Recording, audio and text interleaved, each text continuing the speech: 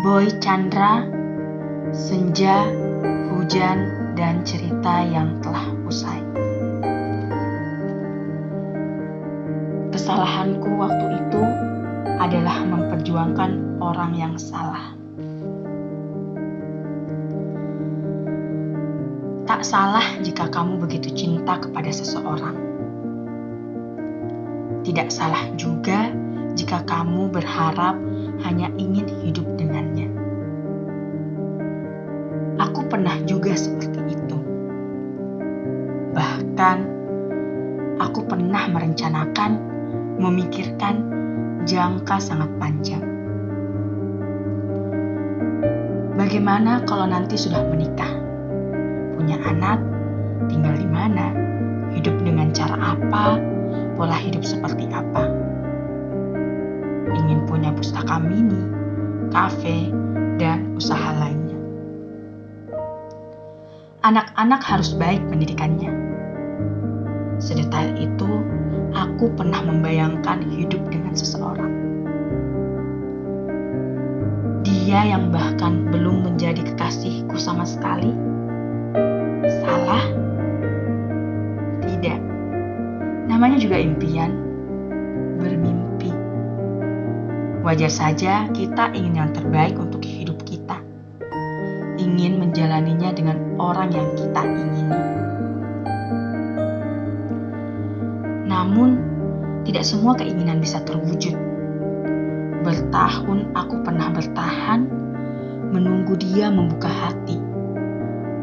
Aku pikir dia akan belajar menerima. Aku terus memperjuangkan dia. Kesalahanku waktu itu yang akhirnya aku sadari adalah aku memperjuangkan orang yang salah. Seseorang yang tidak peduli dengan apa yang aku lakukan. Dia bahkan tidak ingin tahu, hanya melihat sepintas lalu. Kemudian memilih berlalu. Waktu itu, aku merasa itu hanya bagian dari usaha. Namun, lama-lama, kok rasanya sakit ya? Lalu bagaimana denganmu? Apakah kamu harus berhenti memperjuangkannya sendiri? Tentu tidak perlu berhenti. Jika kamu pikir akan benar-benar mendapatkan hatinya, pertanyaannya adalah, seandainya pun kamu mendapatkan hatinya, apakah kamu benar-benar akan bahagia?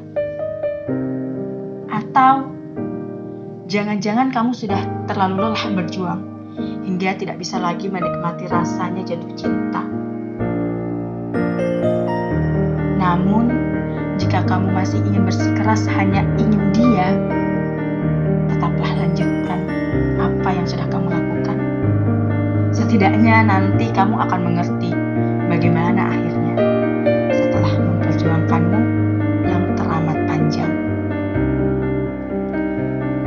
Satu hal yang sebenarnya bisa kamu renungkan lagi. Bagaimana kalau kamu mulai mencintai orang yang bersedia saja? Bukankah cinta bisa ditumbuhkan? Atau jangan-jangan selama ini yang kamu perjuangkan sebenarnya bukanlah cinta, hanya sebuah obsesi karena dia mengabaikanmu. Karena dia menolak cinta, lantas obsesi itu membuatmu merasa itu cinta. Padahal tahu, kamu sebenarnya sudah teramat lelah. Kamu tahu bisa lebih bahagia dengan yang lain, namun obsesimu membutakan hati, seolah tidak ada yang lain yang kamu ingini. Kalau dia tidak bersedia bersamamu, kamu harus belajar bersedia bersama yang lain. Seseorang yang juga bersedia bersamamu.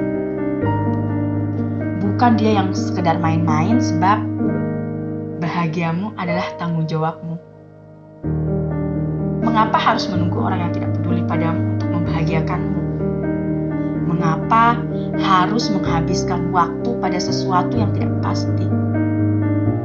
Hidup ini tidak begitu lama. Jangan habiskan untuk hal-hal yang tidak berguna. Sekian dan sampai jumpa.